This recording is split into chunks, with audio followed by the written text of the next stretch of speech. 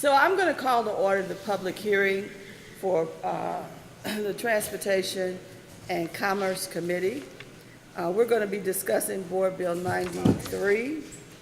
There is, this is a public hearing for those who don't understand what that means. That means that we are not here to debate you. We are here to listen to you. We are here to be respectful of you and make sure that your voices are heard. Unless there is something that we just can't live without answering tonight, we won't be answering anything, because what we want to do is to make sure all of you have an opportunity to speak. We have access to the tape afterwards, and if there is something that was really required to have more explanation, we will do that, and we will put it online and/or send it to you directly. So if you signed up to speak, it's really important that we know who you are loud and clear. When you come up, say your name very clear. We're also not here to suggest that you do anything in particular. We also want to make sure that at the end of the session that you have now found a new and better understanding, and also you shall make your decision about how you feel about the process that we have engaged in at the City of St. Louis.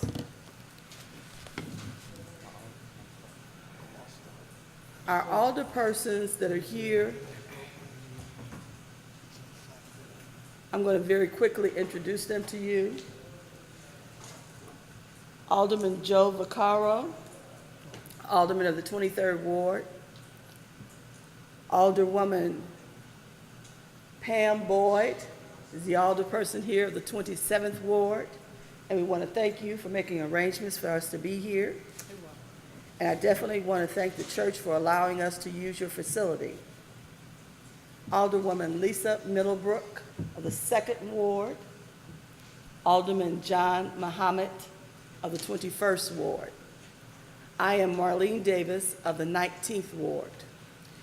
We are not voting on anything today, so it is not necessary that we do some of the official type things that you may see us when we are in committee actually dealing with a legislation that needs to be voted on. This is just a public hearing to hear what you have to say. You have signed up on sign-in sheets either for or against this board bill. Well, what I hope is that I only have a few names here, so are you being shy? Okay, please come forward and sign in. Thank you. Here you are, ma'am. So if you just sign in on one of whichever one is for you.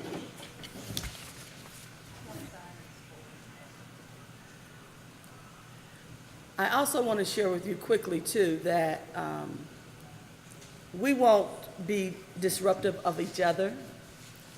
We won't use names that are not necessary to be used, other than if you know someone's name, you call them by name, or you just simply say, yes, ma'am, or yes, sir. Because with all this white hair on my head, I still say that because it is respectful.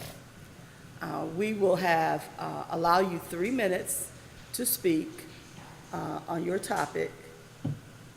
Because there's so few, if you find something that is just, you must say again, we will go around again, okay?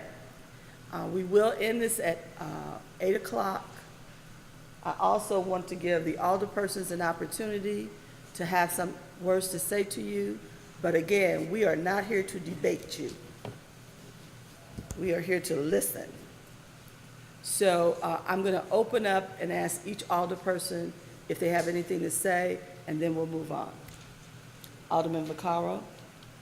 First, thank you all for coming out. I mean, that's really cool.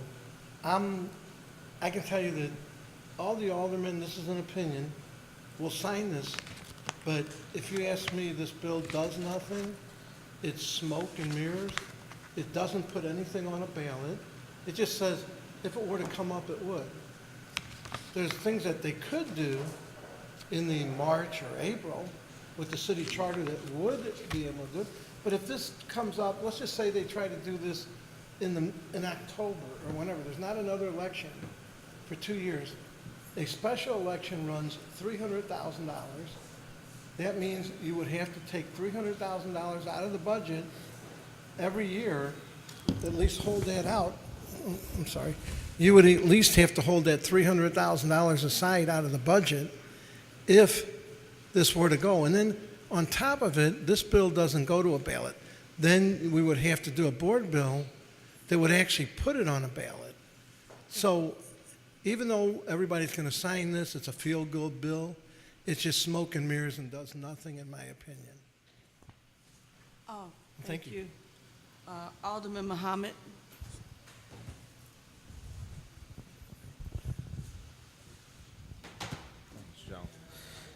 Thank you, Madam Chairwoman. This committee hearing is purely informational, and I hope that everyone would get the information that they need as far as the process goes. There is no such thing as selling the airport, and I hope that that is understandable and comprehensible. But I look forward to hearing from everyone on both sides of the opinion, and I can promise you and stand firm in saying that every alderman is against any selling of anything that's a city asset like the airport. But again, those words don't exist. The appropriate word is lease agreement, and that in itself is not selling anything. But thank you all for coming out.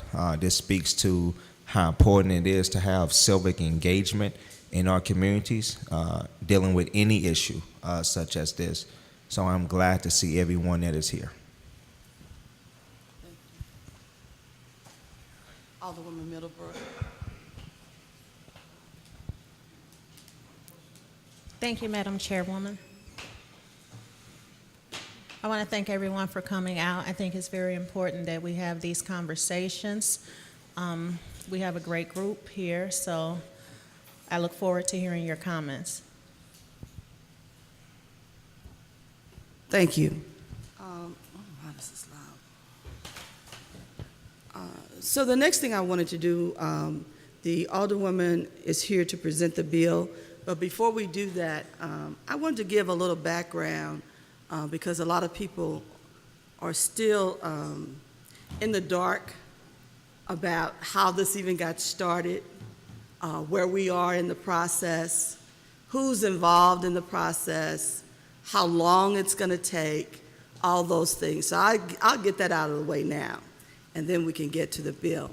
So the former mayor, Francis Slay, made a decision to go to the FAA and put in an application to look at, or rather, I put it this way, for discovery of whether or not our airport could have privatization. And what most of you know about that is, if you've ever worked anywhere or been involved in any companies, looked at the news, you know that companies, businesses do this all the time. They look at their business to determine where it's at.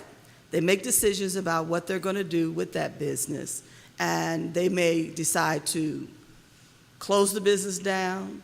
They may decide to sell the business.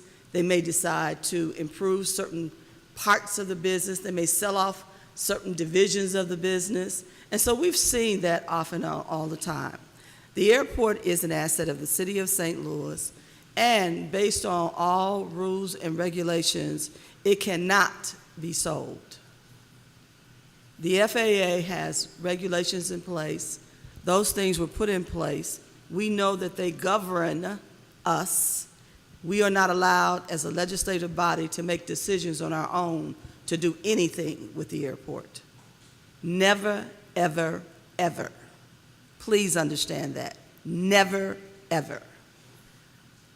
Aside from the FAA, with all of its rules and regulations that govern all airports in the United States of America, to make sure that infrastructure is maintained properly, that the air safety is appropriate, and also that the budgets, the money that is there, is being used appropriately, and also they do make grants to the airports.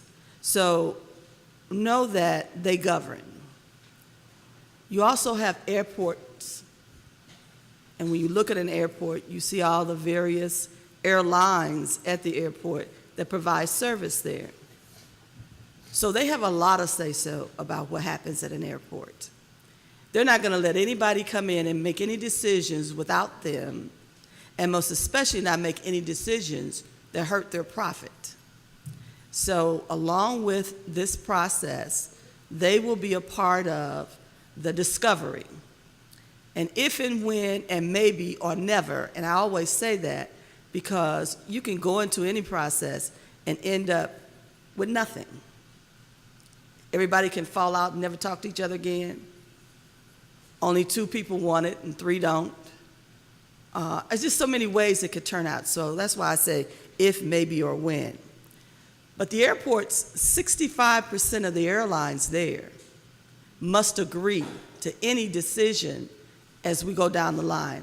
And we're so far away from that, I don't even think about it right now because there's too much work that needs to be done. There's too much discovery of information that needs to be done.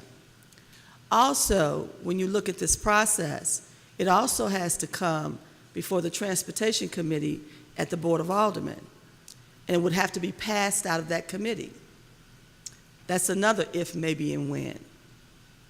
When it's passed out of that committee, it has to go to the full Board of Aldermen, and it has to be passed by the full Board of Aldermen. You've seen how we've been working lately, if, maybe, when, or never. If it's passed by the Board of Aldermen for any decision that might be made on whatever level that decision is, then it has to go to the Board of E&A, which you know that is our mayor, our president of the Board of Aldermen, and our comptroller. If all 5 of those entities agree on something, then maybe, and even at that point, you still have to find, you got to do an RFQ to find if anybody's out there qualified to even bid on what your decision is. And then you got to do an RFP for those people to send you the information on what you think you want and if they can provide it. So then that's a whole nother process if, when, and maybe we come to a decision to do something.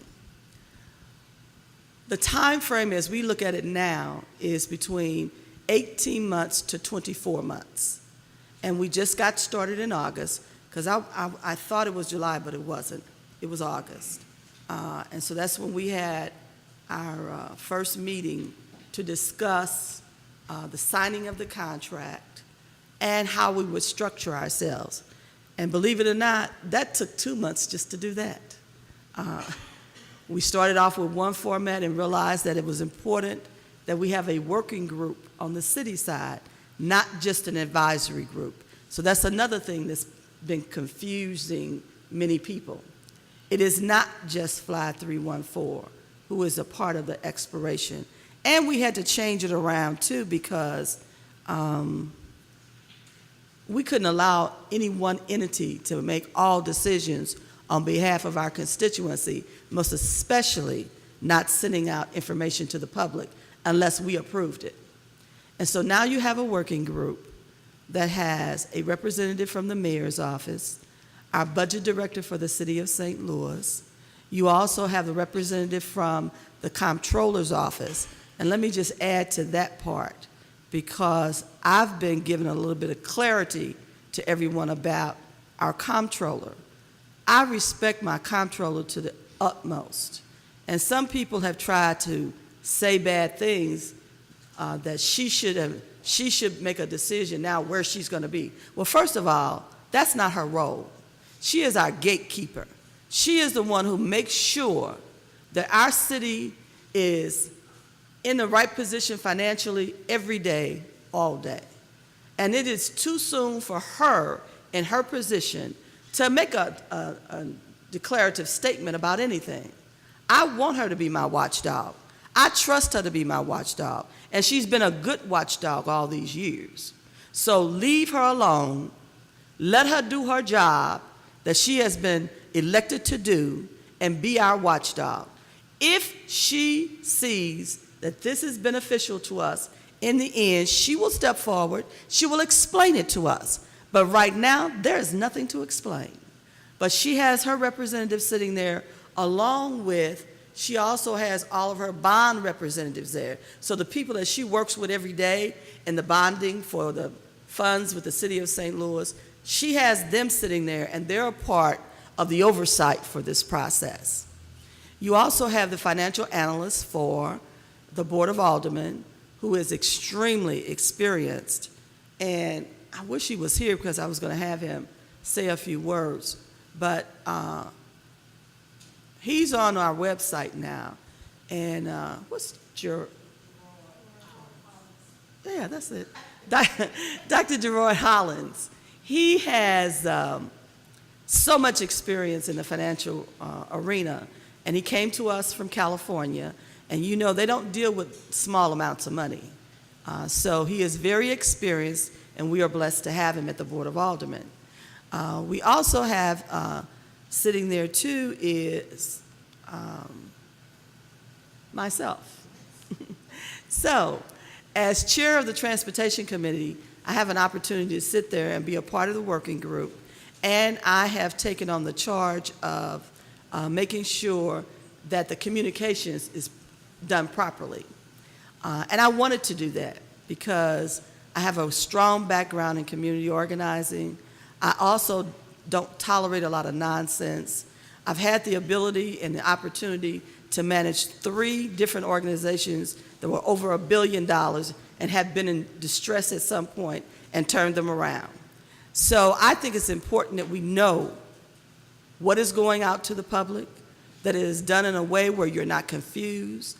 I'm still dealing with one word that's on the flyer that we leave on the door when you're not there because they've been doing canvassing, and the word prohibition has confused people. And that means no, you can't do it. And a lot of people have said that, well, the first thing on the flyer is you're going to sell the airport. No, that's not what it says. So I think I want to have that change too before we do any more canvassing, before we go to the county, before we go to St. Clair. So there's a lot more that still needs to be done, and we'll get there. But right now, we are still structuring. For those of you all who go online and look at the sessions, and that's again, everything is taped. Our meetings are taped, so you can see directly for yourself what's being done. We went into executive session because there's still one more group that needs to be hired for a task that we don't have the experience to do. And so we all finally agreed on someone, and that took a moment too. So what we want to do is we want to make sure that as we move forward, that you are extremely vigilant. Ask many questions. I hope you ask 99,000 questions, because that would make me feel better that I didn't miss anything, because you had my back and you asked the question yourself.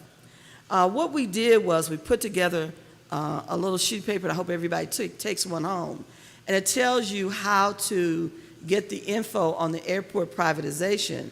So you can go to fly314.com, you can go to YouTube at youtube.com, and also stlouismissouri.gov, and follow it. Follow all the meetings, look at all the documents, because we put all the documents online, so you can see what we're analyzing, okay? But today, we are not here to debate you. We are not here to try to convince you of anything. We are here to talk about Board Bill 93, but most especially to listen to you, the public. So if our alderperson is ready, Alderwoman Cara Spencer is going to review Board Bill 93, and then we'll go into the public hearing part of it and hear from you. Thank you. This is a little bit of an awkward setup. So do you want the speakers to face this way then? Yes, please. Okay. Normally we face we're good here. My name is Cara Spencer. I'm the alderman of the 20th Ward, for those of you who don't have all 28 wards memorized. That is in the south side of St. Louis, down about Cherokee Street, 55, and that sort of area down there. I want to first thank the chairman and the Transportation Committee for holding these public hearings. This is a very important part of the process. This is a very important issue. Obviously, the St. Louis Lambert International Airport is our city's single largest public asset. I want to take the opportunity to reflect on some of the things that were said before I had the opportunity to speak. I want to acknowledge the chairman's recognition of our comptroller, Darlene Green, who has done a phenomenal job as our gatekeeper, as the chairwoman said, for many, many, many years. She has been the lone, sole voice of dissension throughout this entire process, and I think that's worthy of acknowledging. A couple other things I'd like to clear up. A cost of a public vote does not exist necessarily. There are a lot of things that go on the ballot. They go on the ballot on regularly scheduled elections, and it costs absolutely nothing to do. The city already hosts very regular elections. If we were to add a public vote on the privatization of the Lambert Airport, this wouldn't cost an additional dime. As we have seen, the Trump administration is very interested in the privatization of airports across our country. In fact, while, as the chairwoman mentioned, we do have some safeguards in place at the federal level right now, President Trump, I really hate saying those two words together, but President Trump really has made it very clear he is excited to and planning to expand the privatization process. This is something on his agenda. It's something he wants to do. It's something he wants cities to do. And he's made that very clear. And while we are not necessarily, while it is not the sale of an airport that we're looking at, the privatization is the long-term sale of a long-term lease. Okay, this is very dangerous because we don't know who could be on the other end of it, and they could turn around and, for example, sell it to China for all we know. This is the sale of a long-term leasehold interest, which is very, very similar to the sale of the asset. In order for us to discuss why it is important for a public vote on the privatization of our airport, we must first briefly discuss what privatization actually is. In 1996, Congress established the Airport Privatization Pilot Program, details of which are in the Federal Aviation Reauthorization Act of 1996. It is a pilot program for a reason. It is very, very, not many airports have participated in it.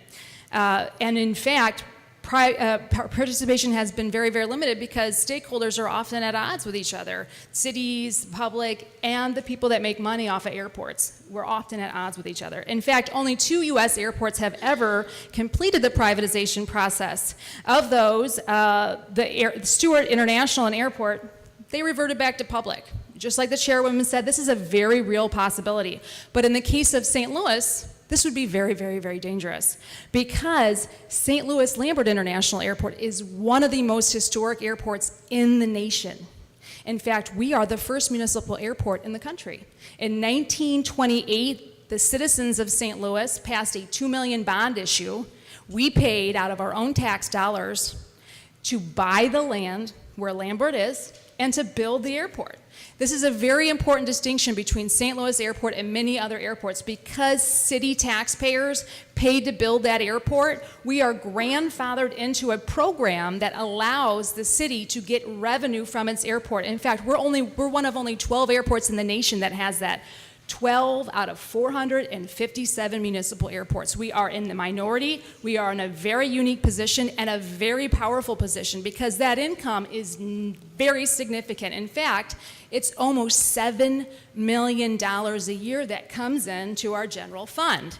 And if we privatize and decide, hey, this guy's a jerk, let's pull it back, we lose that. We lose it forever. We're grandfathered into a very old program that allows us to get revenue from our airport. We're very lucky about that. So why would St. Louis risk the $7 million a year? Privatization refers to the shifting of government responsibilities and functions to the private sector, in whole or in part. Many public airports privatize many aspects of their airport without handing over the entire reins to a private operator. In fact, St. Louis Lambert has privatized many of its functions. We privatize concessions. You can privatize parking. Say you think that the terminals aren't functioning at their highest capacity, turn it over. In fact, you can have a private operator operate just about the whole dang airport without handing over the entire control to a private operator. Airports can privatize financing, maintenance. In fact, Terminal 5 at Chicago O'Hare International and New York John F. Kennedy International Airports are both examples of very, very significant, almost entire privatization without losing full control. But full privatization is bringing that to a whole new level. It's described as, in quotes, the sale or long-term lease of an airport to a private owner or operator. And there are some very significant differences. Under full privatization, one of the most significant differences is the use or sale of land associated with an airport. We know Lambert has a ton of unused land, a ton of it, and it's worth a lot of money.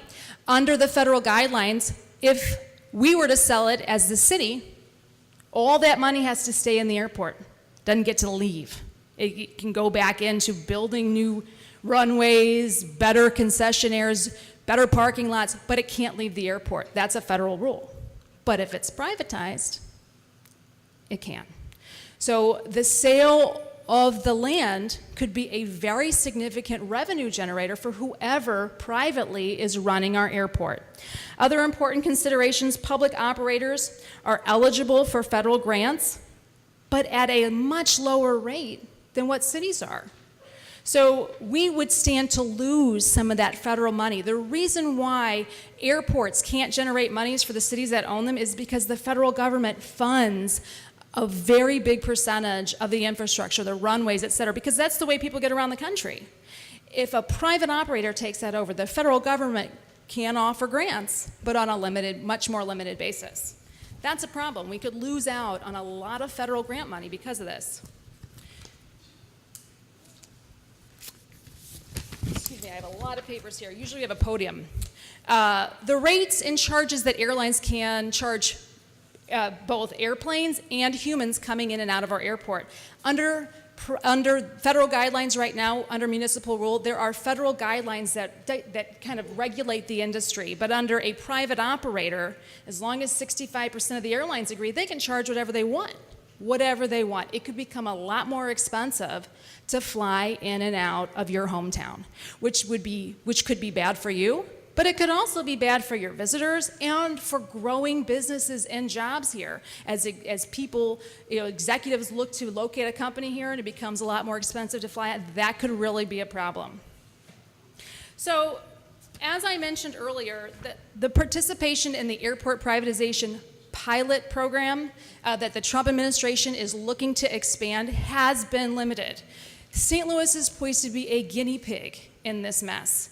We do not have a good track record of being a trailblazer, and that is why I think it is a very cautionary tale. We have seen so far the process has been fraught with conflicts of interest. The former mayor is now working for a company that wants to privatize the airport. These are major concerns that the general public should be able to weigh in on. And so as far as I'm concerned, it's still a black box what the privatization process looks like. And until we have some real information out there that the public can weigh in on, we should not be moving forward. And so for that reason, I think to really foster a good, healthy public dialogue about what the whole process is, that is what a public vote will really do, giving us all a say in the process, just like we had a say in that soccer stadium that was a bad deal.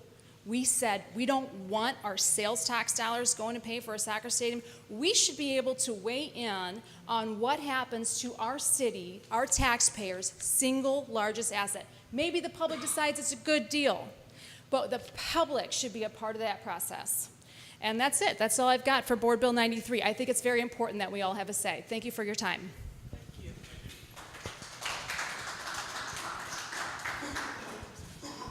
So I wanted to recognize Alderwoman Annie Rice from the 8th Ward. Okay. I didn't see you back there with that hat on. I also want to recognize Senator Jamila Nasheed from the 5th District. Anybody else that I missed? Who? Oh, yeah. So we have our law clerk here, Lou Golly. And is anybody else I missed? Okay. So, as we said before, we are going to have the public part of it, 3 minutes each. I do believe we'll have an opportunity, if you hear something or if something comes to your mind, you can have a second round, okay? We're not going to,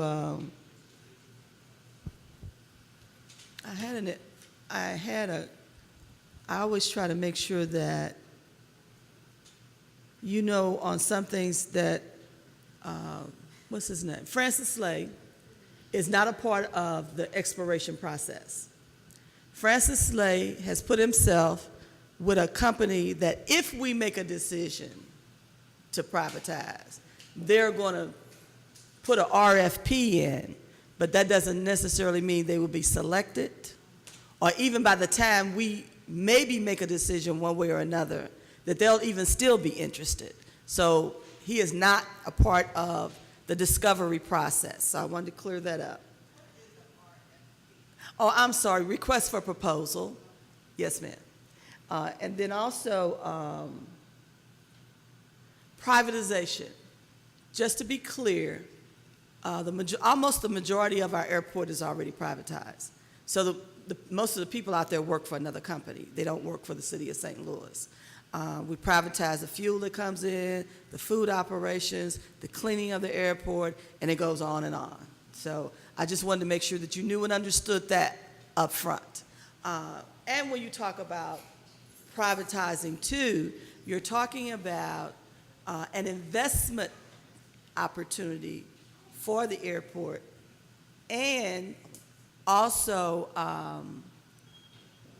you know how you're so busy doing what you do every day, your job, that you can't even think about how to do it better? Then people hire folks to do that for them. So that is what we're looking for, an opportunity. But if the opportunity is not good enough, it doesn't yield properly, it's just too many variables. So we can't even say today whether that's good or not, because we got about 1.5 to 2 years to look at every document, look at every operation, and continue to explore what is good and what is not good. And if you ever have any extra time, you can go on YouTube. I started educating my committee in January, and I know they're tired of it, but we're going to keep on educating ourselves. So nobody can just say to us, this is what you should do, okay? So I'm going to start off with my questions with Adolphus Pruitt. Thank you very much, ma'am. I'm sorry, but I had to go. He wants you to do those microphones right there. Okay. Okay. 3 minutes. 3 minutes after I speak, then it starts over, right? No, seriously, Adolphus Pruitt, President St. Louis NAACP. And let me say this first of all, Alderman Cara Spencer and I are very good friends. Sometimes we be on different sides, but we're very good friends and always will be. I support 100%. We talk about, so let me put it this way.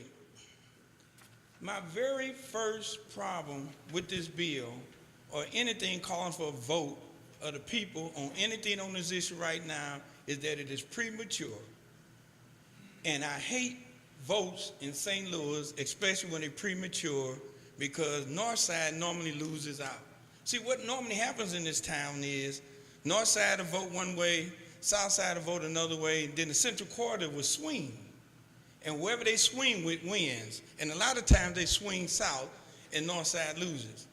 And so if there's a deal to be had that includes and deals and addresses the issues of North St. Louis, I want it in any vote that goes before the people on this issue. What's in it for North St. Louis needs to be in the bill now. See, we can talk about all this stuff about what is, what ain't. Take the bill and put in there right now that if we approve privatization, North St. Louis gets 50% of everything. You can write that in there. You don't even have to know what is coming. You can put in there right now that North St. Louis get half of whatever comes out of this. But they ain't gonna put that in the bill. And if they put it in there, you're gonna find out who your friends in North St. Louis and who's not, because you're gonna find some folks vote against it because they're gonna say, why are you guaranteeing all this for North St. Louis right now? That's what's gonna happen. Nobody's talking about, there's nothing in the bill that says we guarantee that minority participation is gonna be there. Nothing in the bill that says we're gonna guarantee that minorities have some ownership in the lease. Nothing is in this bill that talks about guaranteeing anything for anybody, and especially not for African Americans, and especially not for North St. Louis. Do not be fooled. We want a vote, but when that vote happens, that vote has to include what's in it for North St. Louis. We don't want people voting on anything that deals with leasing or creating any sort of dollars that does not include what's in it for us. And you can put it in there now. Put in there 50% for North St. Louis. I'm gonna support it. You put in there, put in there right. If this happens and we vote to approve it, North St. Louis gets half of it. Ain't that easy? Put it in there now. Don't go in there and do this vote and people vote to privatize or not. And if they vote not to do it, and there was an opportunity for North St. Louis to gain something out of it, because what they ain't told you, they said ain't no airport, few airports done it. Well, one did. Puerto Rico did it, got $2.6 billion deal. They got $600 million up front. And when the hurricane tore the airport up, the people who leased it had to fix it. It ain't coming out of Puerto Rico's pocket. Now, that ain't what they told you. They ain't gonna talk about that. And if we can get 2.6 billion, imagine if we can get just 1.4.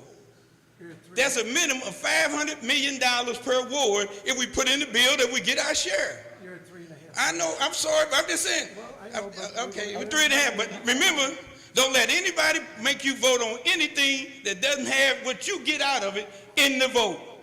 It's too early, too early. Thank you. Thank you, sir.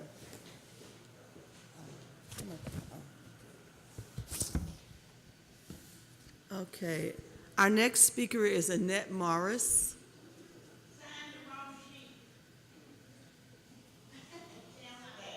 You don't want to speak? No, I signed the wrong sheet. Okay, that's all right, thank you. Reverend Burton. Good evening, everyone. Thank you for this opportunity, and I'm very encouraged to see so many people here who are concerned about this issue, because it is a very important issue. Many points were covered by our alderwoman here who went over the history, but a couple things that I do want to circle back around and point out is, number one, Lambert Airport has been doing well. Our bonds have been upgraded. The trend has been upward with the revenue. There's a reason why privatization has been on the downward swing here, is because it does not work. On the Stewart Airport, as you said, they went backwards. Chicago was looking at it. They went backwards. There's no reason for St. Louis to be a guinea pig with one of our most important assets. I'm also an airport chaplain. I'm on the board of the chaplains at the airport, and I had an opportunity to speak with other chaplains from all over the world. In Europe, where many point to the model, it's a different situation. Our government handles things differently than they do in Europe. Over there, it's more conducive to privatization. In our country, it's different. I feel strongly that St. Louis should hang on to its number one of the best assets that we have control of, and we should not, especially with the process that we've seen, it's been very opaque. The various documents, they've been very difficult for people to penetrate unless something is absolutely clear. And as my friend from the NAACP said, unless it's clear for people to understand, then I say we should vote on it. But right now, the trend is that privatization of airports is not a good thing. You don't know who will have control of it, and it also can affect costs, because what those private owners can do is start raising costs of different things, and they will pass that on to the consumer. Because at the end of the day, when you have a business, it's about making money. And so how they make it, they don't care. They just want to make it. And so I just recommend, I'm very grateful that you all are going to go through the process. You're going to look at things very well. But I just think history right now lends itself to us avoiding this. Thank you. All right. Okay, thank you, sir. I appreciate the fact that you have concern. I had concern from day one. For most of you all, you don't know how much concern I had. I got in trouble for my concern. But at the end of the day, I don't care, because we have to do it the right way. It's important that you understand everything. It's important that it's very clear, and that's why we had to start over again, because they wanted to do a contract signature back in January, but we held it up. We passed a resolution at the Board of Aldermen that requires certain things to happen. We'll be reporting out to you every 60 days. I have one due by I think it's November, 1st of November. You'll get another report. But at the end of the day, anytime I see something that's wrong, and if you have time, like I told you, go back and look at these tapes. I speak my mind and I don't care. So it has to be done. Now we have Calvin, is it Ricky? Vicky, I'm sorry, sir. Could you say your name clearer for us? Calvin Bickley. Thank you. Okay, and my thing is, you said this was all smoke and mirrors, but if it is, I don't see why we even doing it. I don't quite understand that. I know we're not debating, but that's what I say. This bill doesn't go on a ballot. Okay. It Well, doesn't do you can just anything. address it afterwards. Yeah. Let me get my 3 minutes in. I'm sorry. Young man here said I'm that it's gonna a start it lease over. agreement is not selling. Said it's a lease agreement and it's not selling the airport, but when you lease it, you're gonna lose out on hundreds of employees. So we're all gonna lose. I work for the airport. I'm a city employee. And if we lease it, my job will basically be gone. This all seems to me like it's getting rid of the city employees. If you do private, part of the business are privatized, but we have a lot of cities and city employees. I think it's over 400 of us out there that will be gone or the new company or whoever buys it or tries to rent it out or whatever, they have the choice of hiring us. But my question is, what happens to us? Will we have a job after that? Will we be absorbed into other city departments? There's not enough city departments openings for us. So a lot of us probably will get laid off. And I do agree with a public vote because it is our voice. I feel we should always have a voice in voting. And if you strip our voice, if you strip us from voting, you're stripping our voice. And like I said, the private businesses, I mean, privatization is just getting rid of city employees to me, in my opinion, with this. Okay. Sir, I wanted to share with you because, again, there's not been enough clarity on that part as far as employees are concerned. And we're not even into the part of the process where we'll even get to talk about that for a minute. But what we did talk about in the last meeting last week was, I think we need to come and talk to you sooner than later. And so we will be coming out very shortly, because in the document as far as the draft for the expiration, it's very clear in there that we are protecting our employees. Our unions, we have to make it very clear that you are protected, okay? It's easy. If I put it in the document and I put it in a contract, it is going to happen. We put it in the contract, it is going to happen. It will be legal. So we're not going to let anybody come in and do what they want to do. You would keep your job. If we look at yes, sir. First, it's a management lease. It is not ownership. Only ownership can do that. But they won't own the airport. But only ownership can do what you're suggesting. And so I want to make that very clear to everybody. And I want to give you a couple examples, because that's something that you really got to feel comfortable about. I don't want you worrying every day about your job, okay? And I gave this example Saturday because it was close to me. I was employed at Ralston Purina My sister was employed at Ralston Purina. They bought different companies at different times. They made some mistakes and they sold those companies off because they didn't fit Ralston Purina. But none of us lost our jobs, okay? The particular division that my sister was in, it was bought 3 different times, but she never lost her job. When we look at when they bought Continental Baking, that wasn't a good fit, so it went away. Nestle was a good fit, so they're still there. The Shop and Save employees were the first ones to be hired. I'm not going to comment on every individual because we don't know. I know some person. Yeah, okay. But what I'm saying to you is we have the option and we will protect our employees. That is something that I won't stand for. I don't know about anybody else, but I won't stand for it. And so I'll speak loud and clear. At the St. Louis Public Schools, when we did some transitioning of outsourcing, our people didn't lose their jobs. I was right there. They did not lose their jobs. So you have to understand if people do the right thing, and that's what we got to talk to you about, even if you want some better expectations for the future, this is the best time if there is a decision made to do anything different, because we don't know that yet. We just started the exploration process. We've only been in it 2 months. And we expect it to take 18 months to 24 months for us to gather enough information to then talk about what do you want to do. So please understand that that's not about to happen, okay? And we will be out there sooner because they wanted to wait like 3 or 4 months from now. We'll be out there in the next 2 to 3 weeks, okay? I promise you that. And I'm going to personally be there for all 3 shifts, okay? All right.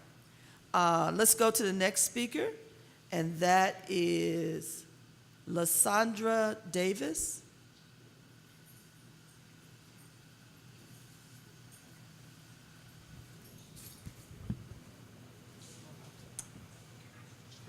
Good afternoon.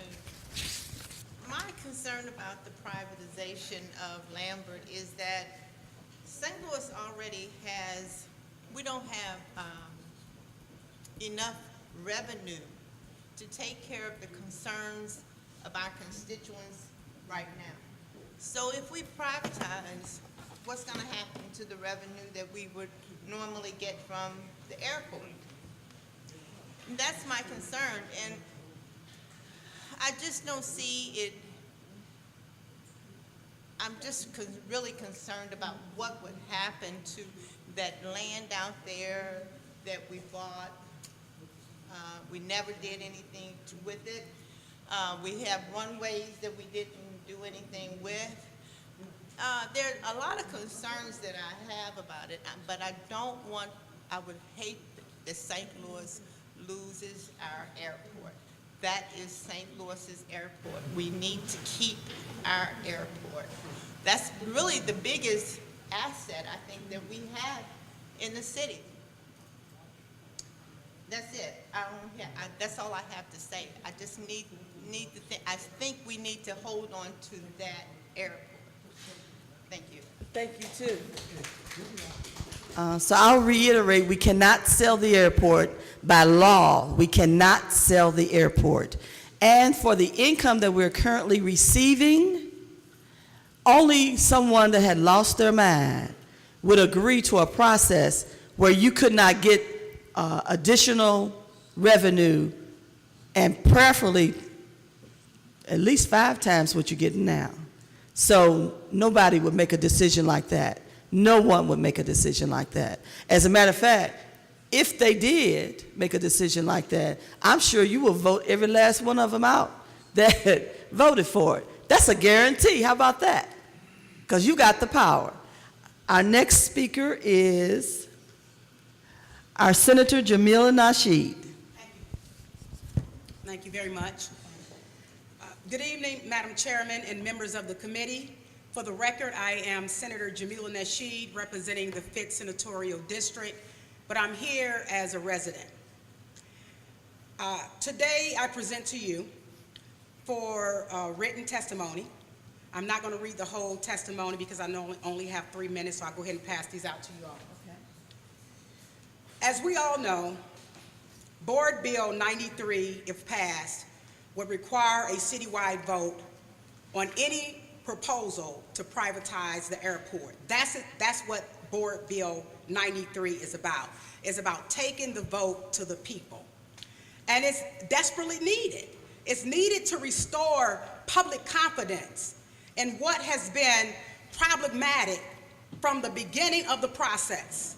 When you have a billionaire who put the monies together, who put the application proposal before the FAA, he's the one dishing out the money, and then he will be the one that will actually be putting together the RFP. That's a major problem. So the transparency was not there in the beginning. It was tampered with, it was watered down, and the people now should have a seat at the table. Now, we're not saying that, I'm not saying it's good or it's bad, because you're gonna have some pros and cons. But what I am saying to you is, why shouldn't the people have a seat at the table? Why shouldn't the people's voice be heard by way of a vote? That's all they're asking. That's what democracy is about. It's about allowing for people's voices to be heard.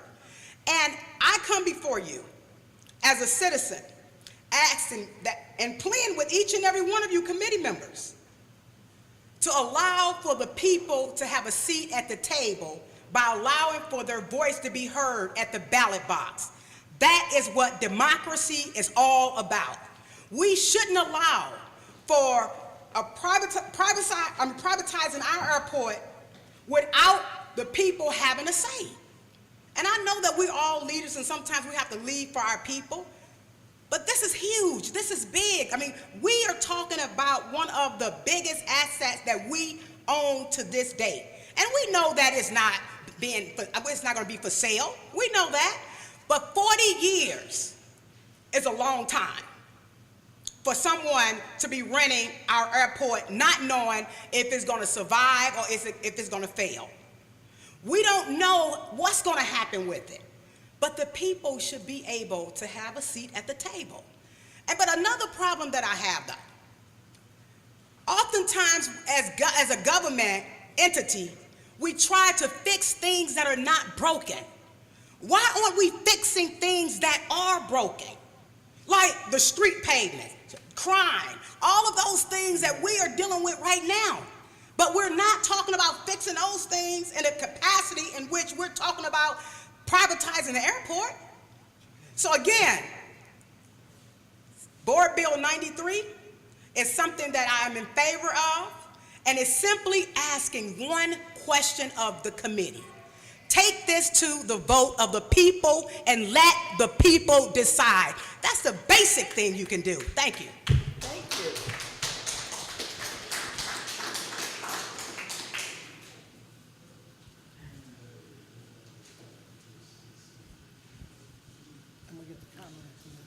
Oh, yeah, definitely.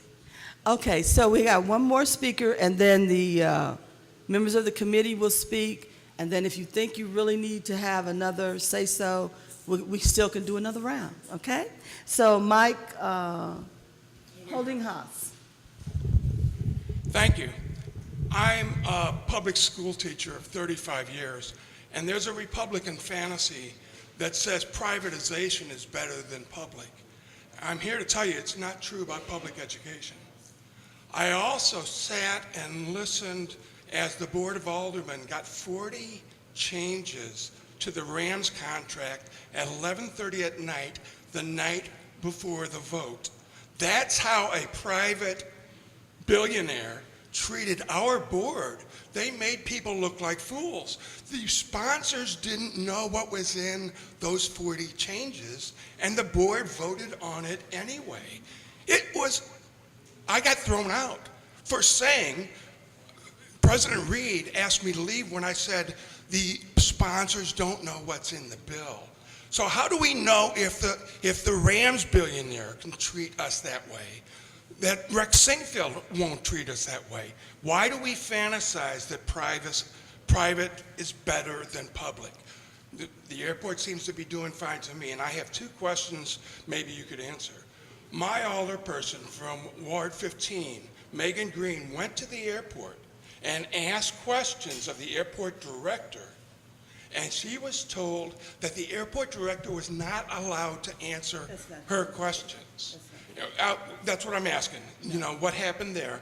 And secondly, I think Darlene Green was on the right side of the Rams deal, and I would like to know, maybe you understand better why she opposes this deal.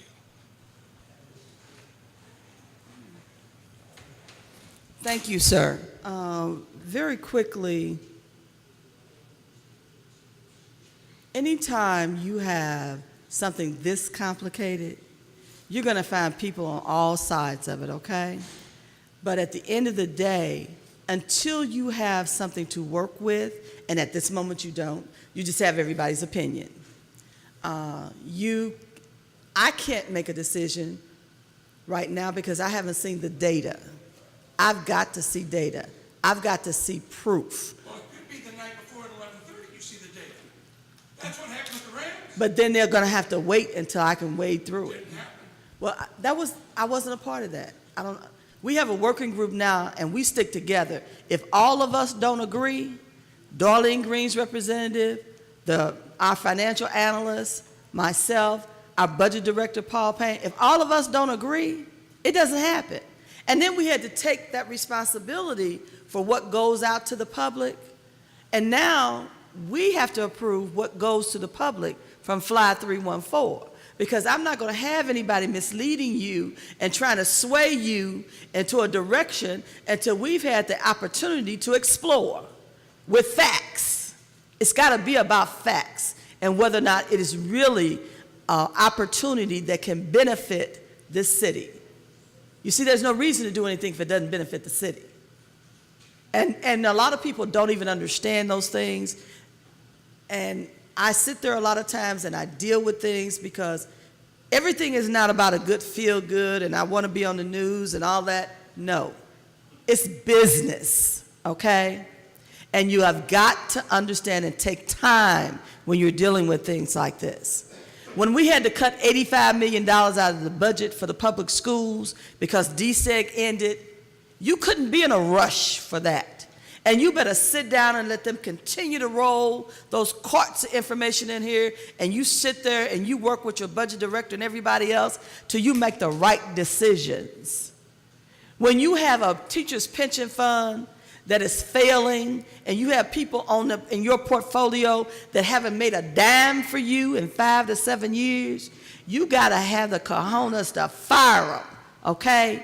And then you take time to do the research, and you put that portfolio in a good condition, and then you stop paying rent. When you're an investment company and you're paying rent, then you go and build a building for the pension fund where they now collect rent from their people who are in the building aside from them, and now they're one of the best run pension funds in the region, in the class that they're in. And with the downfall, because the portfolio was diversified properly, when the state and everybody else had to cut back, we didn't have to do it here. So when the St. Louis Housing Authority, all the trauma we went through with a number of issues, but you gotta take time and explore and make the right decisions. Why did the board let the Rams treat them that way? Because they didn't know any better, okay? Point of order, Madam Hold Chair. on. I said I wasn't gonna debate. You're right. Point of order, this goes against the topic of the discussion. You're right. I agree, and I'm gonna stop. So, what we're gonna do, no. I'll talk to you afterwards. So what we're gonna do is we're gonna allow our committee people to have a few words, and then if you have another question, we'll go back around, okay? But we're gonna end at 8 o'clock. So, Alderman Vaccaro. I want to go over a couple of the points that came up. One, where the sponsor says, well, there's plenty of elections. After April, there's not another election for 2 years. This board bill does not put this on a ballot. It doesn't do a thing to protect anybody. It's a feel-good bill. We'll all sign our names, say, yeah, we're going to put it on a ballot. We can change that when it comes up. There may not be time to put it on a ballot. I'm just telling you, this bill does not make sure that it's going to be on any ballot. And depending on the timing, it may not reach a ballot. To my friend that I was talking to over here, yeah, you'll have a job. You got 19 years on. You're going to lose your city pension. You're not going to have the same health benefits, and you're not going to have collective bargaining. Yeah, you'll have a job. But those 19 years you had on, you're just going to be out of luck. You're not going to have your pension because you're never going to reach the rule of 85. So you're just screwed unless we find somewhere else to stick you in the city. And if your pension stuff transfers, we're looking at that now, where if you're an EMT worker and you move on to, excuse me, you become a firefighter, your pension does not transfer. So I think you could get hurt? Absolutely. Do I think that if the sponsor of this bill was serious about wanting to make change, when you want to talk about the Rams or any stadiums or anything, there's 2 elections coming up, do a charter change. You could do a charter change, and that would stop anything. I don't know that I support that, but you can do a charter change in the March or April election, changing the charter to take out leasing or anything else. And it could be stadiums, it could be whatever you want. But to sit here and say, well, I got a bill that says, we're gonna put this on a ballot. It doesn't guarantee you it's going on anything. It's smoke and mirrors. It's a feel-good bill. I don't think we're all going to sign our name to it. And if this pops up a year and a half, 2 years from now, there's not an election anywhere around. If we don't have $300,000 set up for a special election, not to mention the time that it's going to take to put a real board bill together, pass it through the Board of Aldermen, schedule an election, which I believe is 90 days out. Somebody can probably tell me. If you were going to really, truly do something, you'd be doing it on the ballots that are coming up, and you would change the city charter. I don't know that I agree with that, because I kind of like to look and see what everything that comes in, but this bill does nothing. And I'm going to sign my name to it and all that, and we'll go by and go, yay, Joe, you see, you're all for us. This bill does nothing. The board will change in March. There's going to be different aldermen elected. This is just a bill that says, gee, if this were to come up, we're going to do a bill. Doesn't say how we're going to fund a bill. Doesn't say what ballot it's going to land on. Doesn't guarantee him, yeah, he'll probably get to keep his job, but he's no longer a city employee. He loses a lot. So I'm not for the privatization. Of course, I would like to see what all the facts are going to be, but to sit there and say that this bill guarantees you that there will be a vote does not do that. It simply says we're going to do a board bill that says if it comes up, we'll do a board bill that puts it on a ballot. I might as well just sit here and say if it comes up, I promise we'll do something if it does. This is no guarantee. You want a guarantee? Do a charter change. But they're not doing a charter change. This is nothing but self-promoting. Look at how great I am. I can make legislation that does nothing, but looks good. I'm going to have my name on it. Alderman Muhammad. Oh, I'm sorry. Thank you, Madam Chairwoman, and I want to publicly thank you for your leadership in making sure that the public is informed of this particular process in this whole ordeal. I cannot imagine any other chairman of any committee that would be committed to public input the way you have been with this process. So I thank you for that. And again, I thank the public for coming out. This is a situation where we have to be serious and realistic about.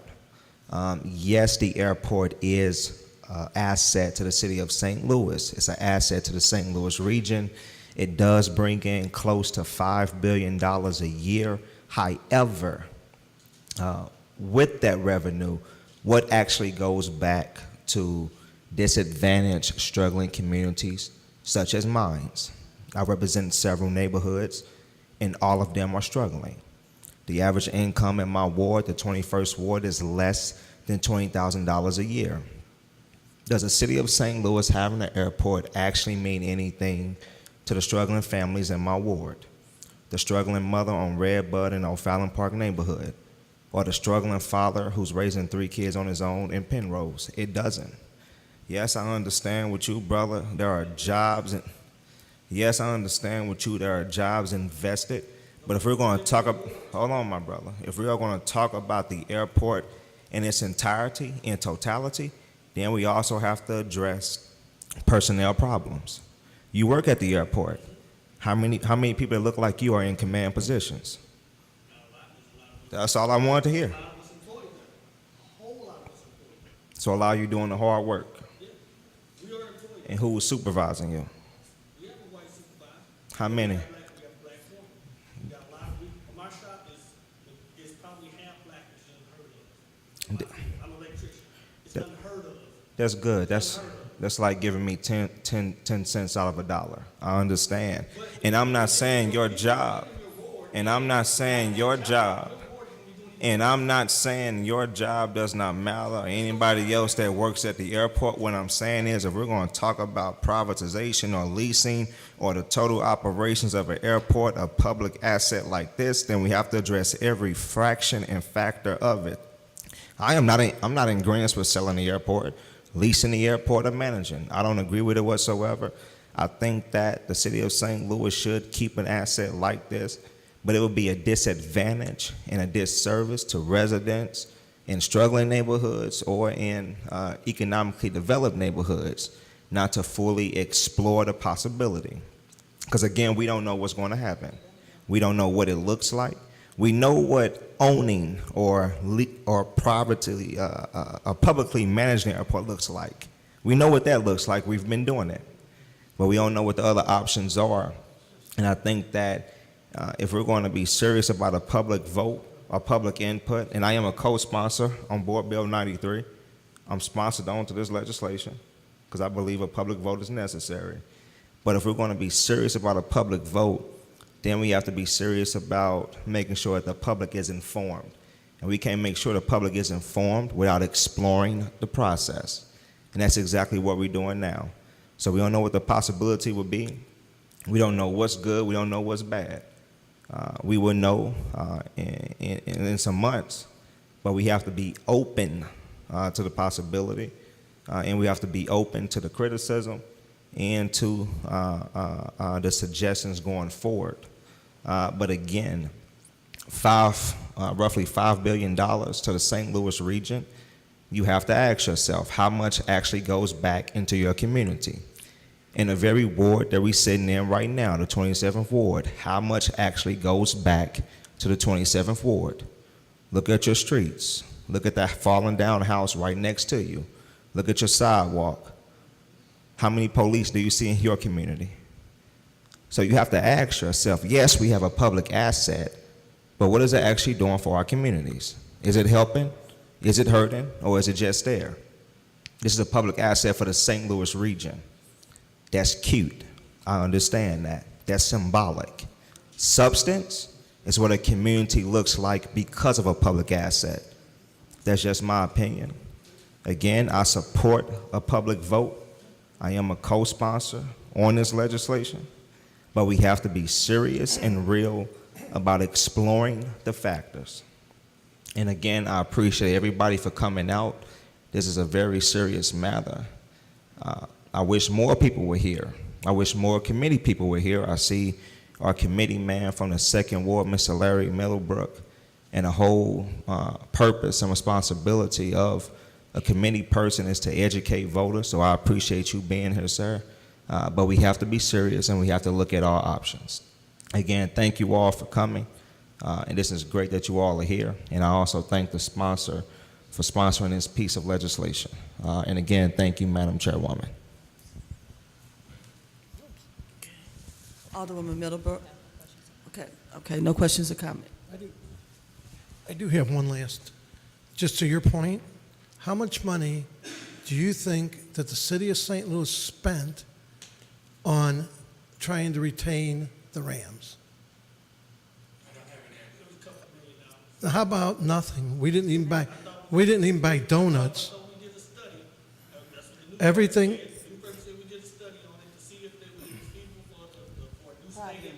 that was the sports commission. The city, way back in the day, committed $6 million a year. The county committed $6 million a year, and the state $12 million a year. That all went to the sports commission, or the regional sports commission. They're the ones that spent all the money. That money came from that. We met, we had meetings. Because of the ground, we would have had to do some stuff. But I was on that committee. I was on Ways and Means. We did not spend 10 cents. We didn't even buy donuts. We get paid the same whether we sit home and do nothing.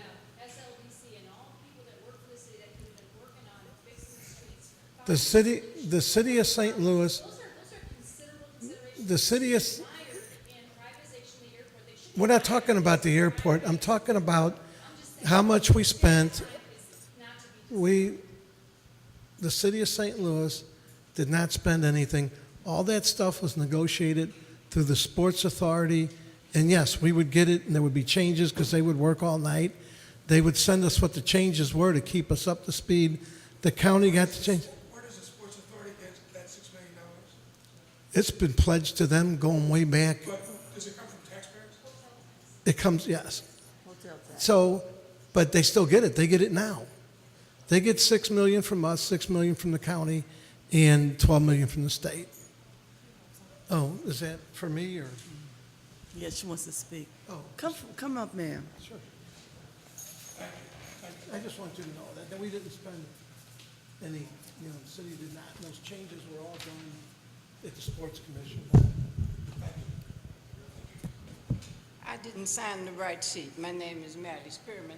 My concern about this whole thing is, and I know you all are doing the best you can, but things happen and we don't get the benefit of it. For instance, the people voted that we wanted our Board of Education for the city of St. Louis that we elected back running.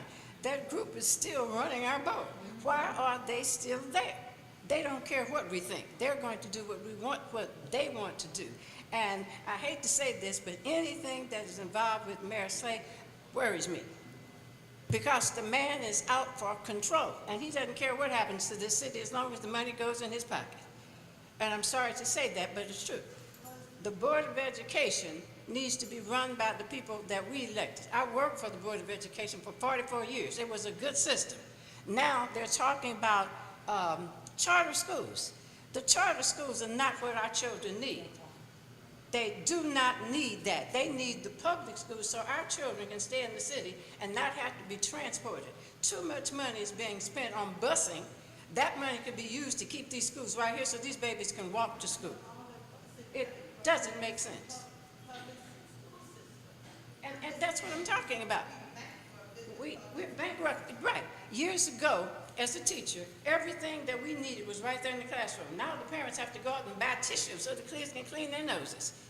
And I'm afraid the same thing is going to happen here because when they put friends of mine out there by the airport and they bought all that kindergarten, those people were displaced for what? That land is still sitting there and private companies are building on that land. And I'm getting angry, so I'm going to hush. Wait a minute. You need to sign, please. Say your name. Oh, wow. Very quickly, I wanted to share with you that on the November ballot, you will be electing school board members, and the state has voted to give the power back to the elected board. So pay attention and make sure that you vote for the members that you would like to see representing you on the elected school board.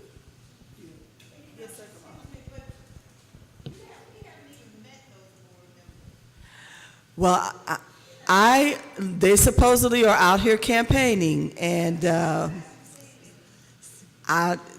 all I can say. They're on the ballot. Okay. Well, I hate the young man left, but I think it's being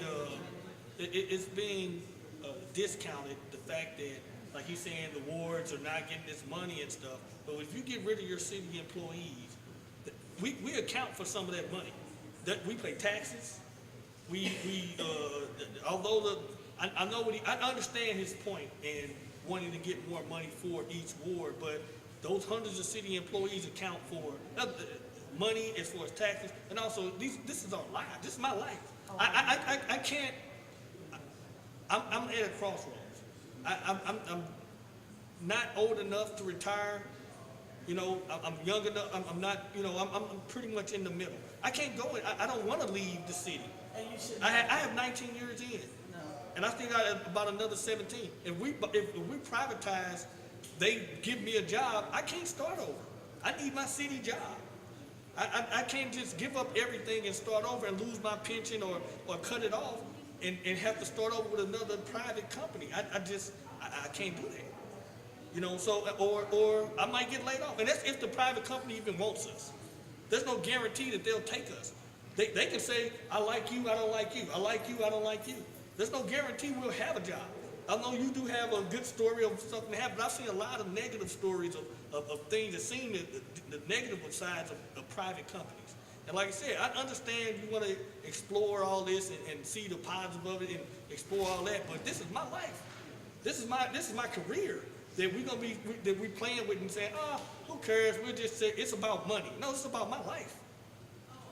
And it's very important to me that, and you say don't worry, it's hard not to worry about when I have to throw my career away, possibly, because we want to privatize the airport about some money, and now where your tax dollars going to come when I can't afford to pay my taxes? Or they offer me less money than what I'm making, and I can't afford to stay in this war. So, I mean, it does need work, don't get me wrong, but I still pay taxes here. I live here. So I don't want to just throw everything away just for, I hate being looked at as a dollar sign. We're more than just a dollar sign. We're people. We got real lives. And to just look at it as, okay, well, we're just going to look at the money aspect and forget the people. There's hundreds of people that's going to be affected by this. And just to look at it as a dollar sign is kind of disrespectful in my eyes. You know, I don't mean it I'm not mad. I'm just saying it's kind of hurtful if you look at it as we don't really care about you. All we care about is the dollar amount. And that's what it seems like to me. I think this was thrown at us. It's not something that any alderman thought this was a good idea. Oh. Just so you know, none of the aldermen said, gee, let's do this. This was thrown at us. I think collectively as a group, we all oppose the privatization of the airport. I just don't think this is the bill that does it. But keep in mind, we did not, this was thrown at us. You didn't bring it up. No, in fact, you know, it was thrown at us and they said, here you go, deal with it. So, I mean, that's kind of where we're at.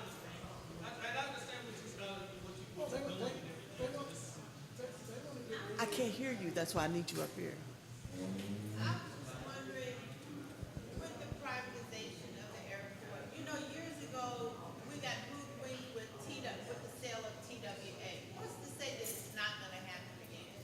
You know, we were supposed to, when they sold TWA, they were supposed to American Airlines, they were supposed to retain, the employees, and they did not. A lot of people lost pensions, their jobs. That was a private company. We did not employ those people. The people that we employ, we can protect. But I cannot dictate to a private entity what they do with their employees. We don't have that power. Those were what American Airlines and TWA chose to do. That was a private entity. Those people did not work for us. Just like a lot of the people at the airport do not work for the city of St. Louis. But we do have people who do work for the city of St. Louis. Yes, ma'am. Okay. And then, My question is, if you privatize, how are we going to be, how would you protect our jobs? that's because you are our employee and we are the ones writing the contracts and cutting you can't nobody can come in and take anything away from us. Understand that part. That's what I'm trying to make clear. So what would be privatized if the work there? Operations, investments.